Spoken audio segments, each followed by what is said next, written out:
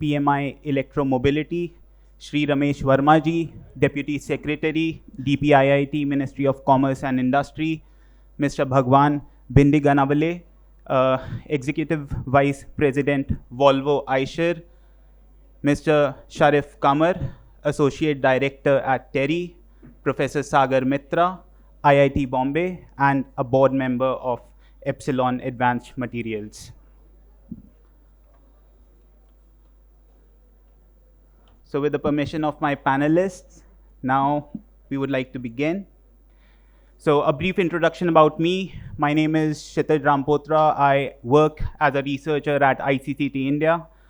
My background is in electrical engineering, but I am so sorry. One of my major panelists, Mr. Sumantra Barooah, AckoDrive. I need to apologize. Yeah, so topics regarding economics, business, manufacturing, they've always really fascinated me. The one lasting learning about economics was scarcity. There is never enough of really anything to fully satisfy everybody who wants it. We find ourselves in a world where friends and competitors of India have really made no qualms about using trade practices, manufacturing abilities as political levers. So in this scenario, hello? Hello, yeah.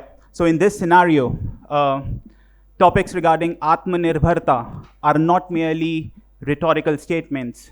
They are imperative to our strategic security.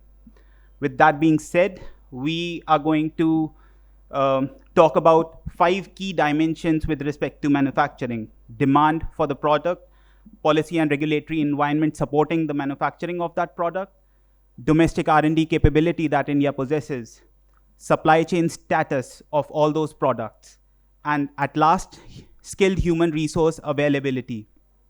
So, Sumantra ji, let me start off with you first. You have reported on automobile-related subjects for nearly 2 decades now. In your view, what makes this disruption, this EV transition that automotive industry is looking at right now, uniquely challenging for India? What are the critical aspects for India? Thank you, Kshitij. And first of all, once again, warm welcome to everyone to this conference, and it's a pleasure to be part of it. A very key one, focusing on clean mobility, clean transportation, and it's my honor to be sharing the stage with such esteemed panelists here. Yes, I have been very fortunate to be able to follow my passion of tracking the automotive industry. Little over 20 years, this is my 25th year. But yes, as in the context of the EV industry progression, I've seen the transition from the very first EV in the Riva to now the latest born electrics by Indian OEMs like Tata and Mahindra. Not to mention the birth of a new crop of OEMs in the form of startups. And some of them are doing very commendable job. Yes, the great thing about this electrification megatrend is that I see it as a great leveler, in the sense that unlike in the internal combustion industry, global internal combustion industry, there is no one particular player, leave alone one particular organization, no one particular country, which is like decades ahead and has a major unassailable lead in terms of technology or market. So that is, if that's the case, so I think it kind of gives a more or less an even playing field. Yes, someone will say, what about China? Yes, that's a little bit of exception. But otherwise, globally, I think it's a great opportunity for India to really progress towards achieving its vision to be a global EV industry hub, both as a market as well as technology development. Now, there comes the critical part, the technology development part. We have just, starting April, we have noticed how certain geopolitical issues have really in fact, literally disrupted the EV industry in India. I'm referring to the rare earth magnet crisis. But that should be seen as an opportunity to, or an encouragement for Indian stakeholders, again, with much needed support by the government, to focus on alternatives which will ensure that the localization content goes up. Overall, so indigenization has to go up, which like organizations like PMI is also really putting a lot of focus on, and not to mention the biggies like Tatas and Mahindras. Skill, of course, yes, but what I see is since we are also talking about supply chain, what is also very welcoming and refreshing observation I've made is that a lot of tier ones, from sitting on the fence about whether electrification will be a significant enough industry for us to place our bets on, to now putting big bucks in setting up tech centers mainly for EV related technology. So starting from vehicle controllers to BMS to electronics, power electronics and whatnot. So there's a focus on developing that in-house competence. But yes, but we also have to be very, very honest about it. There's a big distance to be covered. But yes, that will happen. That distance can be covered faster when there is more and more cooperation and collaboration between large OEMs. Like, let's say, we have a representative of VECV sitting here, and a startup like PMI Electric. So, and the tier ones, like, let's say, the homegrown tier ones like Uno Minda or Bharat Forge. So that collaboration has to be. It's an increasing collaboration is becoming increasingly the name of the game in the new age industry. So I'm very hopeful if what is happening currently is any indication that whatever challenges we have primarily in the areas of localization, indigenization, and skill, so that will be addressed in the near future. Thank you so much, Ramesh ji. In international experience also, disruptive technologies like EV, they really need government support to take traction. In your opinion, what are the most efficient government levers that could push, that could nudge, that could thrust EV manufacturing in India? Thank you, Kshitij. Myself, Ramesh Verma, I'm working in DPIT. It's Department for Promotion of Industry and Internal Trade. I'm Deputy Secretary there. So as Kshitij asked, very pertinent question. The government role is very crucial in all this, creating a sustainable environment. So there are various initiatives taken by Logistic Division, taken by the Government of India. First, if you will read a document, it's a great comprehensive document that's called National Logistic Policy. Very few countries have released their NLP, means National Logistic Policy, and India is one of them. National Logistic Policy has certain items that we call CLAP items. It's Comprehensive Logistic Action Plan. So under CLAP items, very selected items have been identified. In those items, I can say one thing is like city logistic plans. Honorable Prime Minister in 4th Chief Secretary's Conference held in December. So he directed that we should have city logistic plan for our tier 2 and tier 3 cities.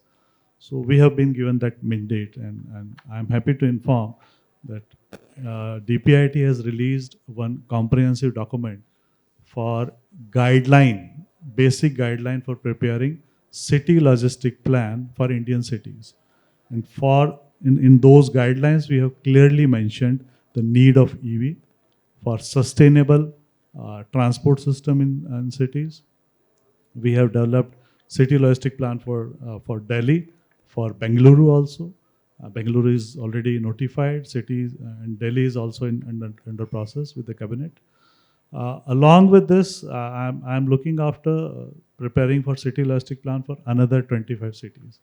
So we have identified various cities where transportation is being done, various commodity like bulk commodity movement is being done, or e-commerce is doing wonderful work.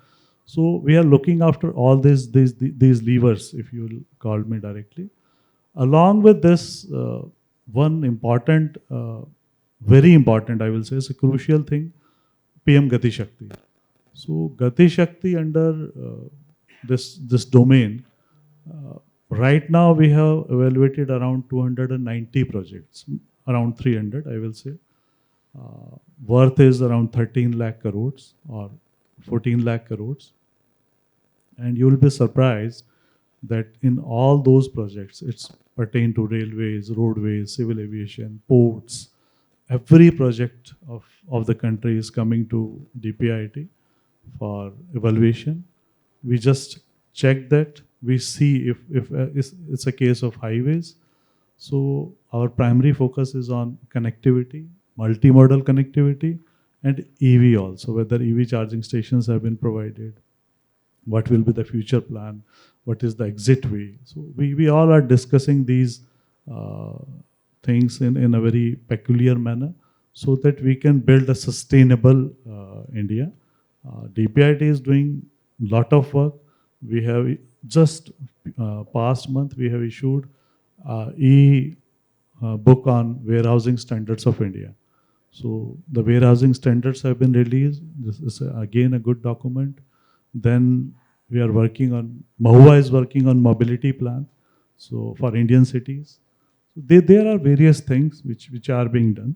So I think Government of India is keeping a close eye on EV also and for sustainability also.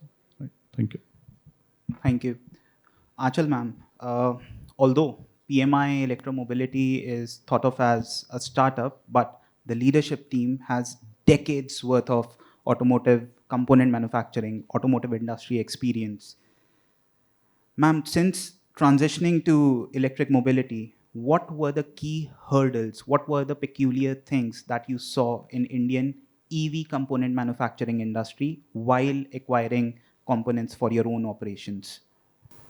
So, firstly, thank you to ICCT for organizing today's event. I'll just start with a simple question here. How many of us sitting in the room here know about PMI? Just a quick raise of hands. So this is more than I usually see now. Then, okay, how many of you have ridden in a green Devi bus or have seen at least a green Devi bus on the road?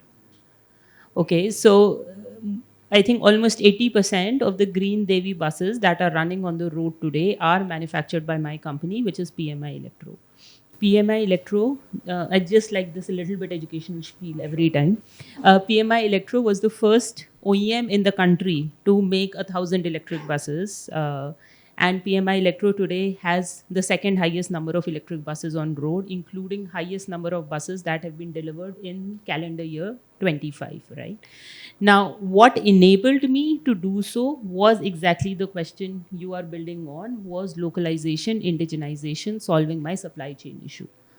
Supply chain in EV, especially for the commercial vehicle sector, is a very tricky business currently, right? The number of motor manufacturers, and correct me if I'm wrong, besides if say we do our motors ourselves, besides that there is one commercial vehicle motor provider. So when we are talking about scaling up or facing the supply chain issues, what happened was the government policy was very clear on localization, indigenization, right? As you said, a lot of big OEMs were scared. Will this scale up, not scale up? Similar was the story of the auto component manufacturers also, where they were a little worried whether, especially in the two-wheelers, three-wheelers, they saw the demand, but for commercial vehicles, there was a little bit of, whether it is going to be enough demand, whether we should be scaling up, not scaling up.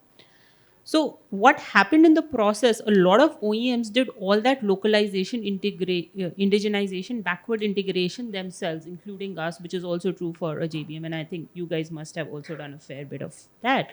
So a lot of these manufacturers, another question that I continue is guess whether you are an assembler or a manufacturer. I say like, until I own a lithium mine, I will continue to be an assembler for all practical purposes always. But that is not the question we are looking at. It is the need of the hour for us, which were traditionally electric bus, bus manufacturers, to become component manufacturers as well. It was not easy to get components. It was a very difficult journey. You had the FAME guidelines there and you had to meet them, which are actually getting more strict by the day, which we appreciate because that's the whole point of this ecosystem. It has to become self-sufficient. But it started, with a journey where a bus typically will have 640 cells, right? Where if one cell bad, you didn't know what to do with that one bad cell, to a capability now where I can replace that cell in-house. So it's been a long journey. And we continue, with the risks that we've seen regarding the rare earth magnet, this and that, where I think now there is a greater push for the industry to come as a whole and solve these issues at a more aggregate level, at a more community level, or at a more EV ecosystem level rather than a single OEM level. So, that's where we are going to start seeing the push. Achha, kal ko fir dobara, if rare earth magnets goes, what is the solution? I was going through an investment round that point in time when all of this was happening, and everybody kept asking, what if the rare earth magnets stop? I said, no, we'll be fine. An economist in me knows the supply demand works both ways. So those will come back after 3-4 months. Don't worry about it. But those are the questions we need to start building on. Okay, is aluminum batteries, which we've been hearing about, going to be a better solution, and so on. So we, again, when we're thinking of supply chain, we don't have to think of it as a solution as of today, but a solution that's going to cover our next 5, 7, 10 years also, because it's a movement that is here to stay. Electric TCOs work out really well. They are here to stay. They are here to grow. I think what has come is a confidence in this, that okay, buses are going to grow, trucks are going to grow, and it's going to be all electric. So I think what we need, a greater push from the industry, is still getting more component manufacturers to come along, increase the supply chain, and reduce a little bit of burdens that OEMs are facing currently, where we are still being forced to do a lot of things in-house, to making it a bigger sector where everyone can come together. People can move from ICE vehicles to component manufacturers can move from ICE to EV.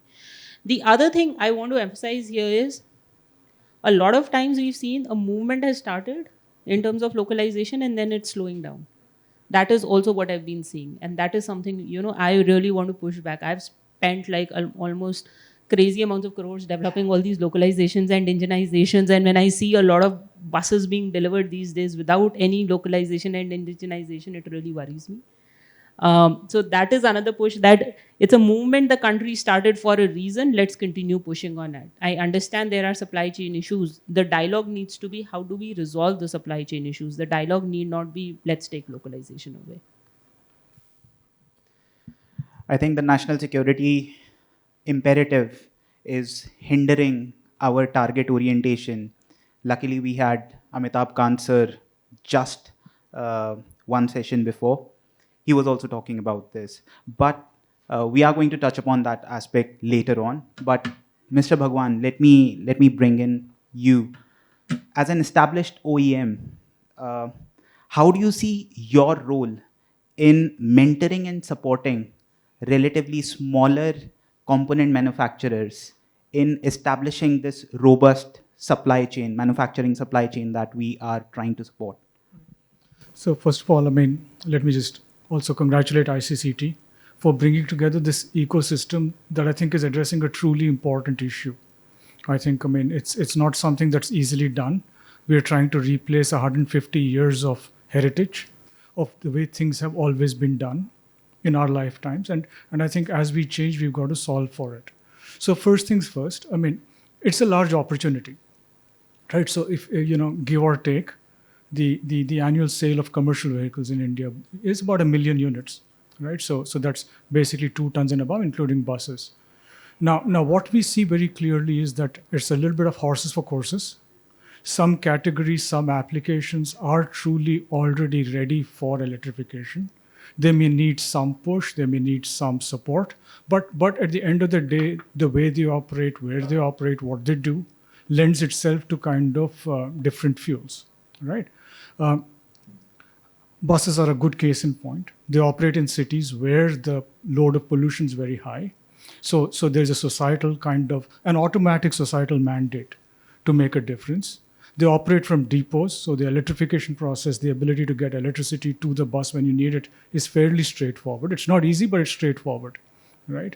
And people can see it, and it makes sense to. And there are not fixed routes, which then allows for predictability when it comes to where and how and when you'll deliver electricity.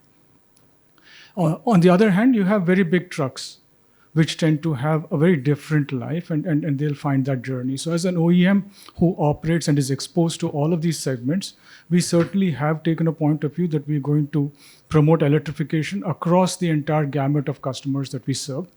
That includes then buses, that includes then, we launched the smallest truck now, 2 to 3.5 tons electric first, and it's starting to do well. The numbers aren't great. Actually, they aren't great anywhere in the world. I mean, Norway may be an exception in cars, right? But if we look beyond, I think for trucks, for instance, I mean, most penetration numbers are sub 1%, right? So typically you're lucky if you're above 0.5%. And if you get to 1, you're really doing well. So those are the realities. But having said that, I think I'm optimistic, and I think, I reflect what's happening in terms of the fact that this is certainly a direction where things will move, right? And even if, let us say, 500,000 of the 1 million don't go electric, let's say for any reason, right, operational or otherwise, you still have a 500,000 opportunity. So I think I'd like to leave it there. Let me make a couple of comments. Market making is not. I think Mr. Verma spoke about DPIIT's kind of substantial role in promoting, so to speak, this journey. But there's also the market making element. So when we today sell an electric vehicle, each sale is actually a project, because we've got to go. The typical case, right? If you judge a fish by its ability to climb trees, it's not going to succeed, right? So you got to figure out, what are you going to do to make an electric work, right? How are you going to electrify a site? How are you going to get financing for an asset that kind of behaves differently? How are you going to plan your routes that accommodate this technology? How are you going to kind of, right? So as we kind of go about it, we are, of course, at the front end also looking at how, we can take the customer's pain points. And ultimately, this has, it would be worthwhile today. I saw the Norwegian flag up to kind of also reflect on the Brundtland definition of sustainability, right? Where it's economic, of course, social and environmental, right? So there's a larger context to this. We can't, of course, kind of go in with a non-economic proposition, because we'll all end up paying more. And that's not okay for society as a whole either, right? So I think we have these paths that we've got to look at. Thank you so much. Professor Mitra, battery is the most critical component when we are talking about electric mobility. That is also one of the key constraints of large-scale electric mobility adoption.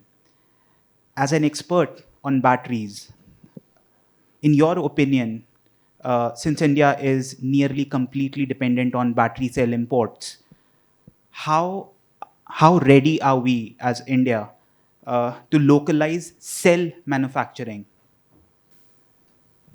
It's a tricky question.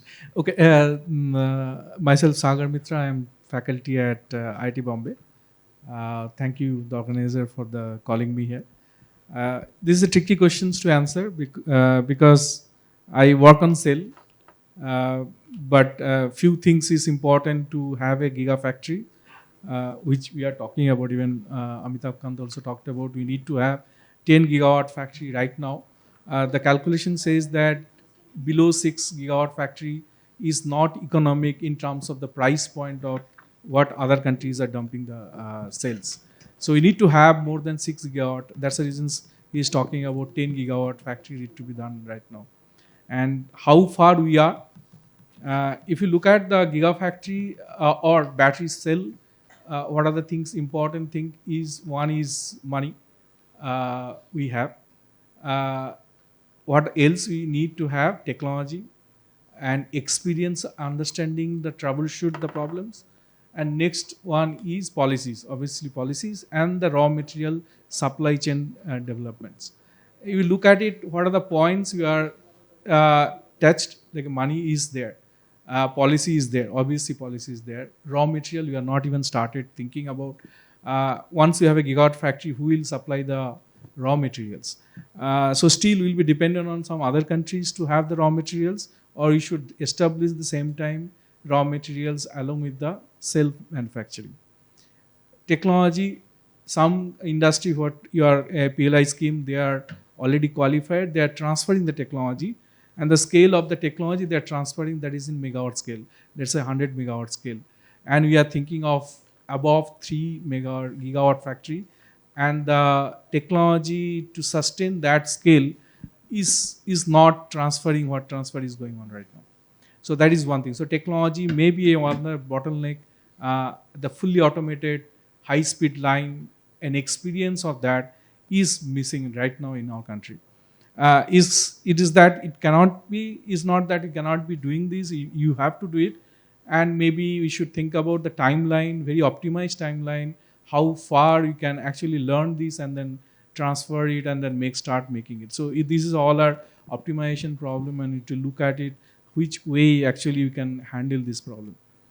So as per my opinion, experience, if you look at the standard country, which is actually right now having sales and selling to whole world, having more than 20 years of experience, forget about technology, is experience how to handle the situation, how to handle the troubleshoot any technology fails or any process line fails.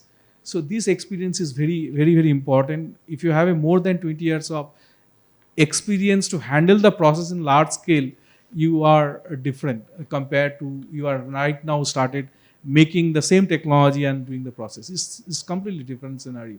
And many countries started doing it and getting failed. You know, the many stories are already there. They also having a gigawatt factory but failed to operate in that scale. Many issues. It's not only the technology issues and in the experience issues, many other issues. So we are some points, at least 5 out of 5, 3 points we are already touched, and 2 points we are little delay or maybe backward on that. So we need to fulfill that. That's my opinion. Thank you.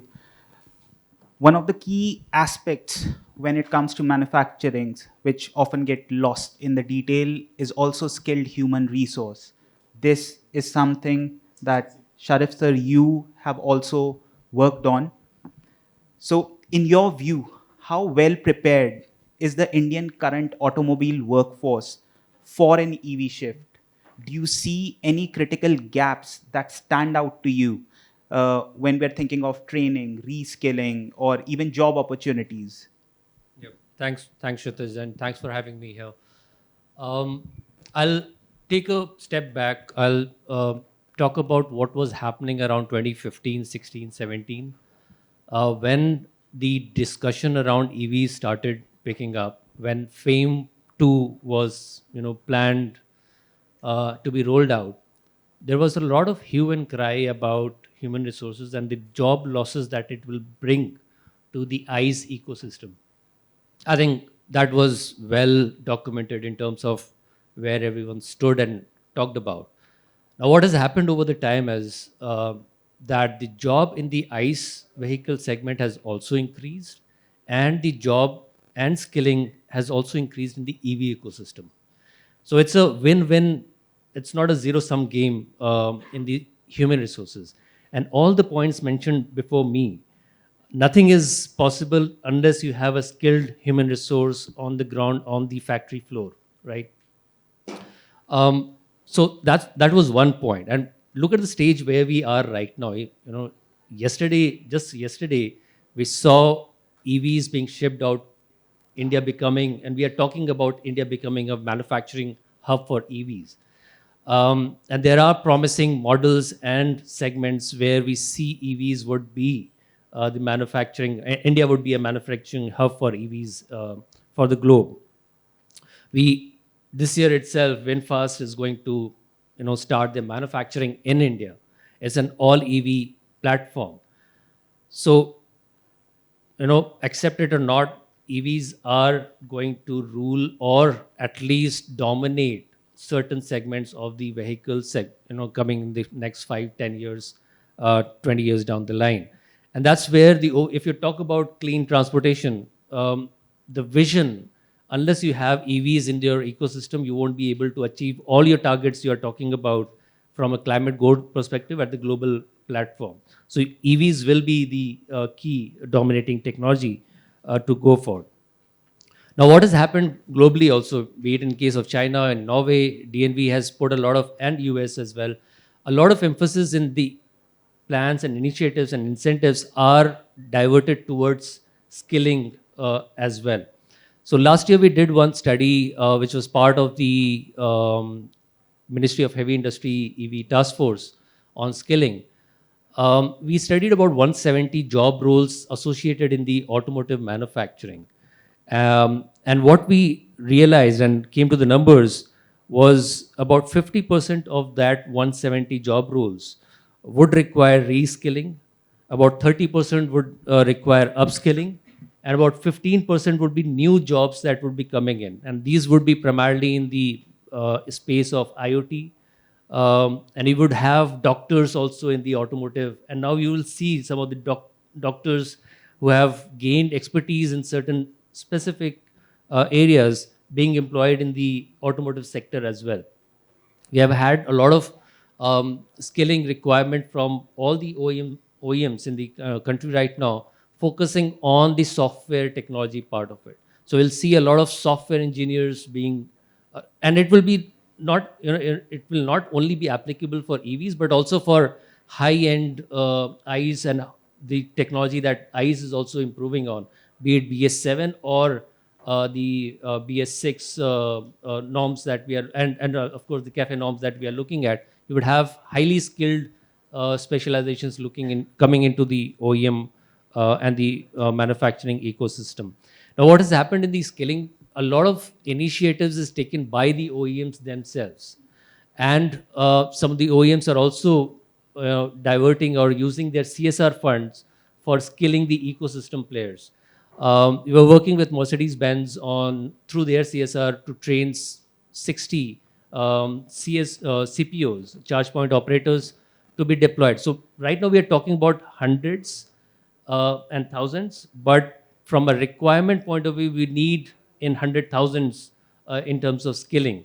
There's still a lot of ground to be covered in the skilling ecospace, but I think that's where we need to be, working on continuously with agencies like Skill Council for Green Jobs, as well as NCVET, vocational training, to bring about those curriculum and syllabus for the training of skilled manpower for the EV ecosystem. I'll stop here. I'll come back again. Thank you. Sumantra ji, let me come back to you again. Ma'am hinted about not really worrying about rare earth supply shock. Now, the good thing about economic principles, manufacturing, just like an engineering system, the system does try to attain equilibrium back. If there are supply chain chokeholds, then there are also oversupplies that need to be dealt with. Similarly, a lot of countries, internationally speaking, who are seemingly ahead in the EV adoption curve, they have all faced their own stumbling blocks. These are overcapacities, supply chain shocks, and even charging infrastructure or the lack thereof. In your view, for India, what is going to be the smarter, the better path to take, learning from the mistakes of our international counterparts? Here I'll borrow a comment from what we heard in the just preceding session. Mr. Kant was mentioning, the idea is to, as we progress towards, make this transition towards sustainable mobility, the idea is to not to reinvent the wheel. The idea is to choose and pick those best practices and implement it here.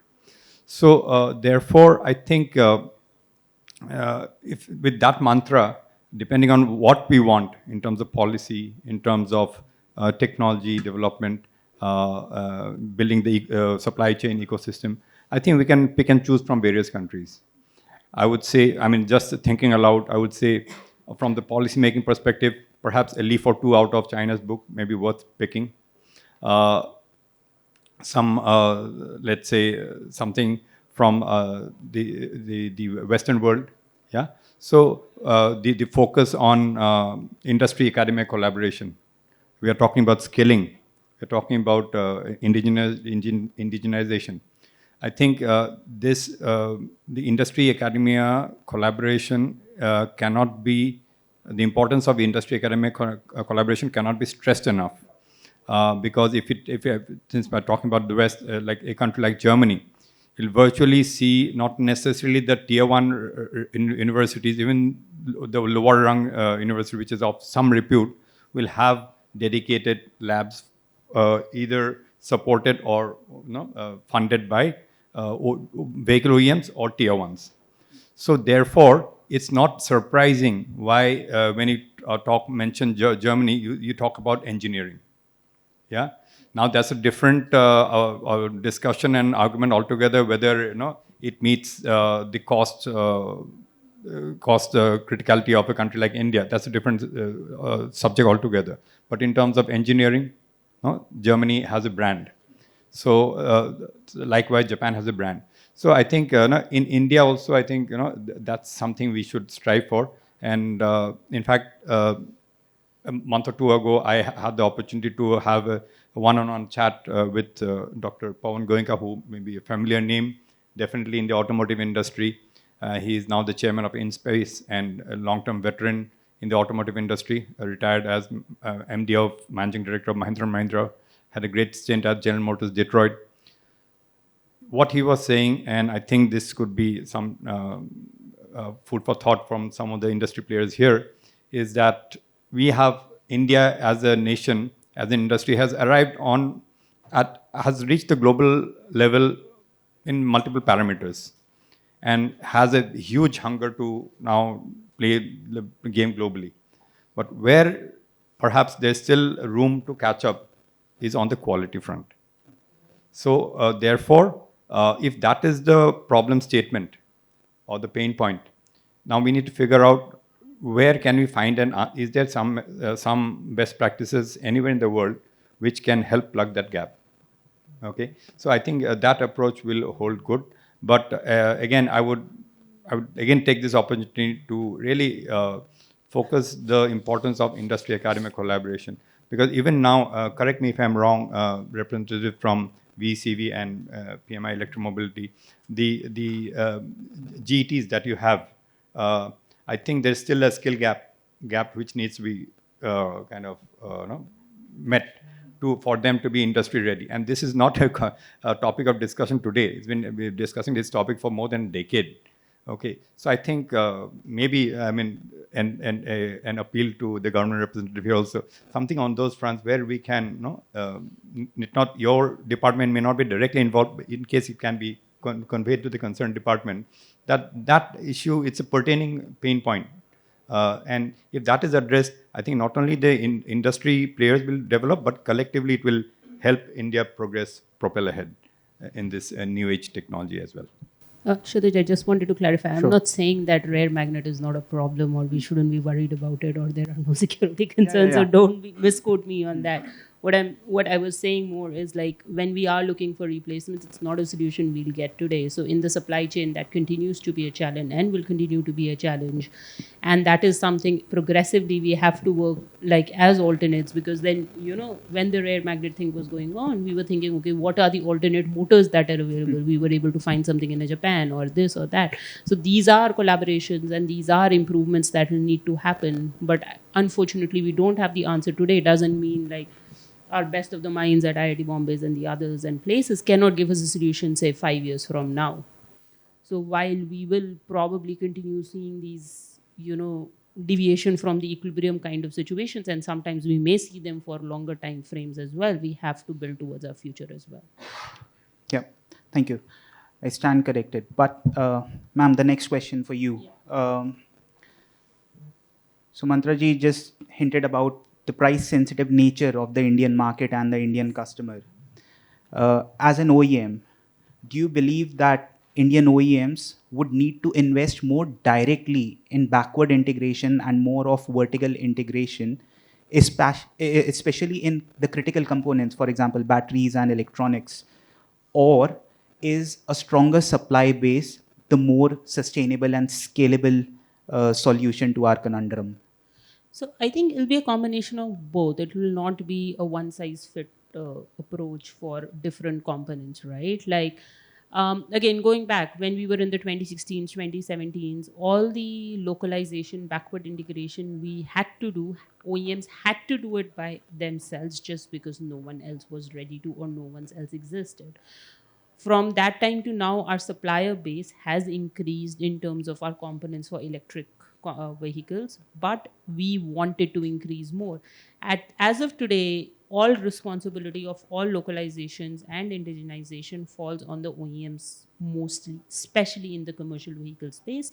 Slightly different stories for a two-wheelers or a three-wheelers, right? So we would want our supplier base to increase. And it is not always a substitutable approach. It can also be a complementary approach. Like for now, I am doing my batteries in-house. I can do them, say, like for a 3,000 odd buses. I would want to be in a future where I'm making 6,000 buses annually, right? Then it is not necessary that that incremental 3,000 I have to do. Someone else can do it for me. The point is it has to be done in India. And when we are talking about costs reducing, India is an extremely cost-sensitive economy. And more so for electric vehicles, these work only because the TCO work. So keeping that component in mind is going to be very important. You get a significant saving in just doing things locally by custom duty reductions. The other thing that is important is not only from a cost perspective, but maybe a component of the quality as well. If you have a fleet running of 10,000 vehicles, be it two-wheelers, three-wheelers, or commercial, what is most important, somebody will buy it, fine, you're able to convince them ki you buy it, but then you have to make sure it's running, and then you have to make sure you are able to service it. By having so much dependence and not having that supplier base here and that backward integration here, it is not going to be possible to do. So you cannot just keep waiting, oh, my container will come and then my spares will come. You need that base here. You need to get them. A fleet that doesn't work is not a good fleet.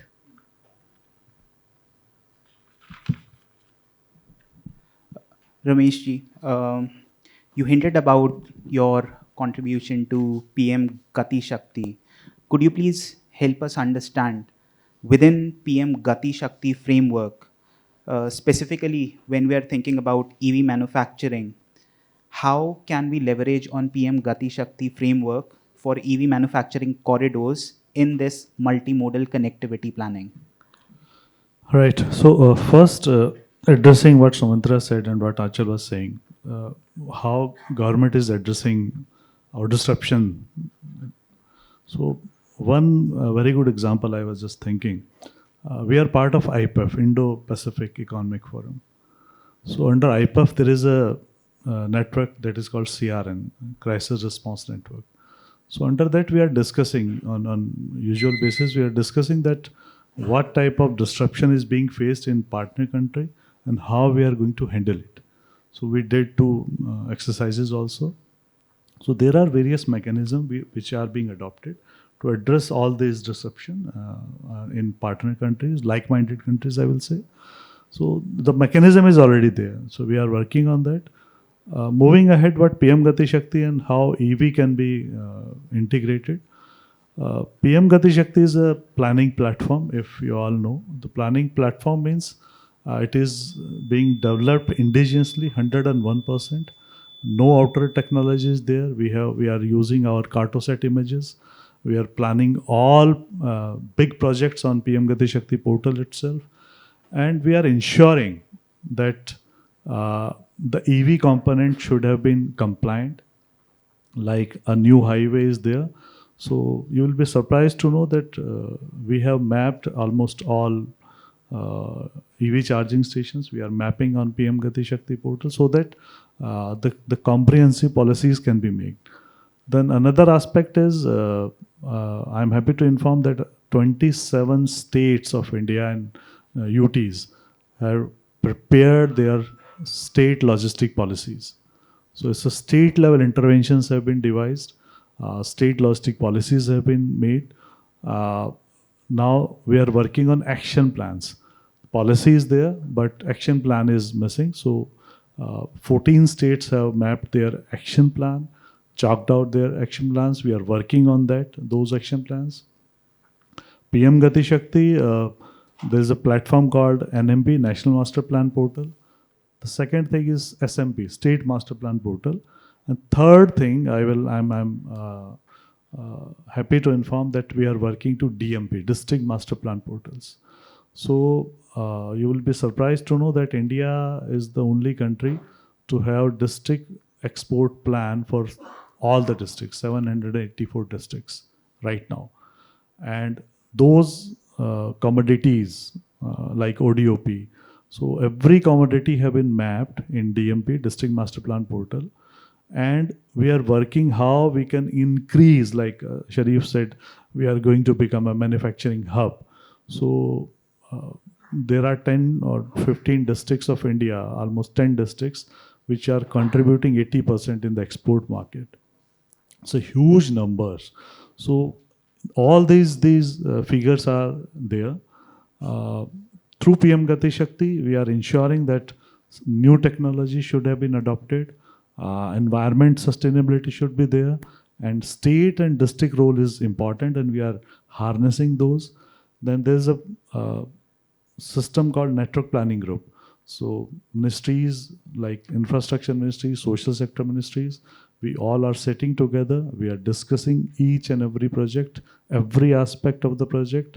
MNRE is there, and we discuss that how we can build or we can bring some more green or EV related things. Right. Thank you. Thank you. Mr. Bhagwan, for the Indian market, we have seen, irrespective of the product category, affordability basically drives the adoption. In your opinion, how do you see Indian automotive players striking a balance between near-term affordability through imports as compared to long-term security of domestic supply chains or domestic manufacturing base? First, a few points here. The Indian auto industry, at least the parts that I'm exposed to, is transforming. I think Mr. Verma laid out, so to speak, PM Gati Shakti. The mandate that the government has in terms of driving cost of logistics from the current 13-14% of GDP down to the single digits, right? The focus on safety, the focus on sustainability. We just had on the 6th of June a new policy come out which mandated air-conditioned cabs on trucks, right? So I think that there is a fundamental shift in terms of what is happening, and we see it manifest in different ways. So for instance, you will find that within categories, there's a shift, for instance, to heavier duty trucks. Because when you're investing in an expensive quality truck that can actually fulfill the mandate of PM Gati Shakti, use the new highways that are being built to their optimum kind of capabilities, then you can't do it with a 1960 technology, right? So there's a fundamental shift in terms of how our customers are using it and so on. Now, so the belief that, initial purchase price is the only determinant of customer behavior, I think is moving off, right? So people are more and more talking about TCOs. Customers will still discuss the need or will still negotiate the cost of a AMC, but you will find that they'll request it. So to come back to the question here very quickly, it's a great opportunity. I think we should focus, and everybody's made the case here on the panel that research, development of technologies is required. I know we're out of time here, right? And I think that, there is a path forward and the opportunity is quite large. It's not TCO only. I think that you are seeing customers willing to kind of invest. What you have to do is to help customers get over the investment hump. Electric vehicles have this classical problem that the cost of acquisition is higher, but the cost of operation may be lower, right? But the initial cost requires you to put down payments, and I know that there are programs being put in place with SIDBI, et cetera, that kind of help address this, and these are going to go a long way. I think we have 2 minutes, and I'm going to take a crack at 2 questions for my last panelists, although these are going to be tricky questions. Professor Mitra, we have seen that PLI ACC scheme, you have also closely observed this. This actually takes a go at the most critical aspect of electric mobility. Even though the outlay is impressive, the disbursement isn't. There are gaps in the ecosystem that needs to be filled. In your opinion, how do we recalibrate or rethink the PLI scheme in order for it to be more effective?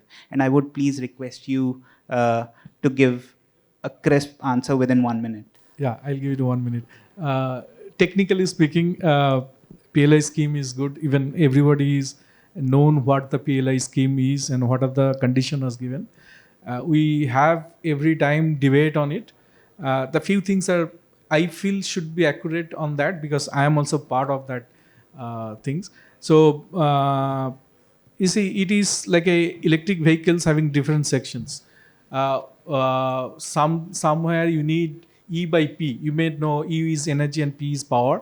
E by P ratio is very important. I am talking in terms of cell E by P. And some cases E is important. So and E also having 2 components. One is energy density in weight, energy density per volume. So these are many components which is need to be looked at and incorporated in PLI, which is not there. So one more things like many classifications, and it was very unifiedly asked for some specific chemistries should be added. But I feel many chemistries, many technologies can be added on that, keeping the more technical way, putting the boundaries, which is I feel is not there, and that could be more accurate on this. Okay, that's one thing. Other thing is we are talking about cell manufacturing. We are not talking about any PLI of materials manufacturing, like raw materials manufacturing. Even if you think about it, we have right now we are using copper of 16 micron current collector, aluminum of 8 to 9 micron current collector, which is not there in our which is not there in our ecosystem. So that also very simple things we are making it, but not in that scale. So and that quality, which is we need a materials also in the PLI, I feel. Other one is JV, what we are talking about, industry, academia, JV is very important. We are only talking about industry JV. I feel like industry and academia JV is very important. If you want to develop some new technology or even understand the new technology, academia is the one right place where this is done. So I think I'm exceeding 15 seconds. Thank you. Thank you so much. The last question for you, Sharif. Within the Indian context, do you see enough alignment between what the industry demands in manner of skills to the EV skills that are imparted within our educational institutions? Thanks. I'll be very quick. Clearly, there is a gap in this. Any EV owner right now in India would understand this, especially in the servicing sector. Post-sale demand for skilled manpower there is a huge gap there, and I have faced it personally as well. So I'll say there is a gap. We have to accept it, and we have to rework and work on that. But I think one of the things that could be done is to set up a national EV skilling policy. Like we have seen in the ICE segment, you have the ASDC, which is Automotive Skill Development Council. If we can have EV Skill Development Council with the support of academia, OEMs, and the industry as a whole, we can achieve those gaps to be fulfilled in the coming years. I'll stop here. Don't want to be a devil between you and the lunch. Yeah. Even I don't want to be a public enemy number 1.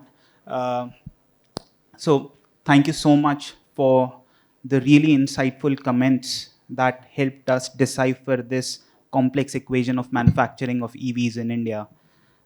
With that, and with my panelists' permission, I would draw this discussion to a close. I'm so sorry I wasn't able to take any audience questions, but we welcome you all to join us for lunch and take these questions to our distinguished panelists there. Thank you so much, everyone.